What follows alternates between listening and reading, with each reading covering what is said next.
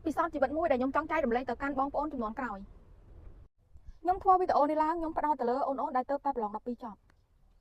ច្បាស់ណាស់បងប្អូនទាំងអស់គ្នាកំពុងតែត្រៀមចាប់ជំនាញដើម្បីទៅរៀនបន្តមែនអត់ខ្ញុំឃើញថាទីផ្សារការងារបច្ចុប្បន្ននេះសម្រាប់អ្នកសិក្សាគឺមានការចង្អៀតខ្លាំងមែនទែនការចែករំលែកមួយនេះគឺខ្ញុំមិនបានដកស្រង់ចេញពីសភៅជោគជ័យមួយណាមកទេគឺខ្ញុំដកស្រង់ចេញពីជីវិតផ្ទាល់របស់នាងខ្ញុំផ្ដើមចេញពីសិស្សក្រីក្រនៅតាមជនបទនាងខ្ញុំជាសិស្សក្រីក្រដែលជាប់អាហារូបករណ៍របស់ពន្លឺកុមារ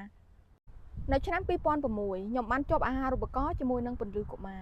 ខ្ញុំជាប់អាហារូបករណ៍តាំងពីថ្នាក់ទី7រហូតដល់ថ្នាក់ទី12គោលដៅខ្ញុំពេលនោះគឺមានតែមួយទេខ្ញុំចង់រៀនធ្វើម៉េចឲ្យចប់ចង់រៀនធ្វើម៉េចឲ្យចប់ថ្នាក់ទី12ខ្ញុំចប់ថ្នាក់ទី12នៅឆ្នាំ2010បន្ទាប់មកគឺខ្ញុំមានគោលបំណងថ្មីមួយទៀតខ្ញុំធ្វើម៉េចឲ្យខ្ញុំរៀនចប់បរិញ្ញានៅពេលនោះគឺខ្ញុំបានចូលធ្វើការបដារៀនបដាខ្ញុំធ្វើការផងរៀនផងហើយខ្ញុំក៏បានបន្តបរិញ្ញាដូចអ្វីដែលខ្ញុំចង់ធ្វើមែនដូចអ្វីដែលខ្ញុំចង់បានមែនដោយសារតែពេលនោះ